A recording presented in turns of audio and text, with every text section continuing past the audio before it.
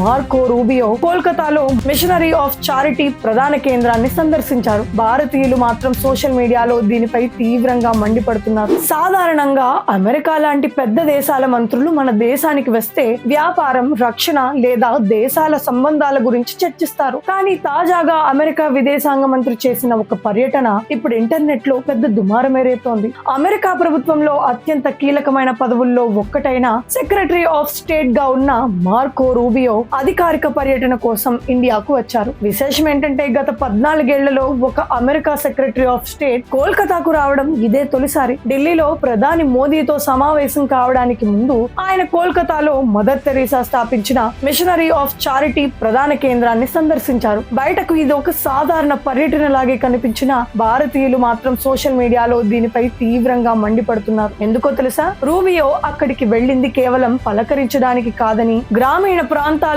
మత మార్పిడులను ప్రోత్సహించడానికి కావాల్సిన ఫండింగ్ కోసమేనని నెటిజన్లు ఆరోపిస్తున్నారు. గతంలో విదేశీ నిధుల దుర్వినియోగం ఆరోపణలతో ఇలాంటి సంస్థల FCRA లైసెన్సులను మన ప్రభుత్వం రద్దు చేసిన విషయాన్ని గుర్తు చేస్తూ అమెరికా తన పాత ఎజెండాను ఇండియాలో మళ్లీ అమలు చేయాలని చూస్తోందేమో అని అనుమానాలు వ్యక్తం చేస్తున్నారు. ఒక పక్క ప్రధాని మోదీతో వ్యూహాత్మక చర్చలు జరపడానికి వస్తూనే మరో పక్క ఇలాంటి వివాదాస్పద సంస్థను ఆయన కలవడం వెనుక నిజంగానే ఏదైనా ఆంతర్యం ఉందంటారా? కేవలం ఓటు బ్యాంకు రాజకీయాల కోసమే విదేశీ మంత్రులు ఇలాంటి పర్యటనలు చేస్తారా? ఈ విషయంపై మీరేమనుకుంటున్నారు? కింద కామెంట్స్ లో చెప్పండి. ఇలాంటి ఇంట్రెస్టింగ్ అప్డేట్స్ కోసం ఈ వీడియోని లైక్ చేసి మన ఛానల్ ను ఫాలో అవ్వండి.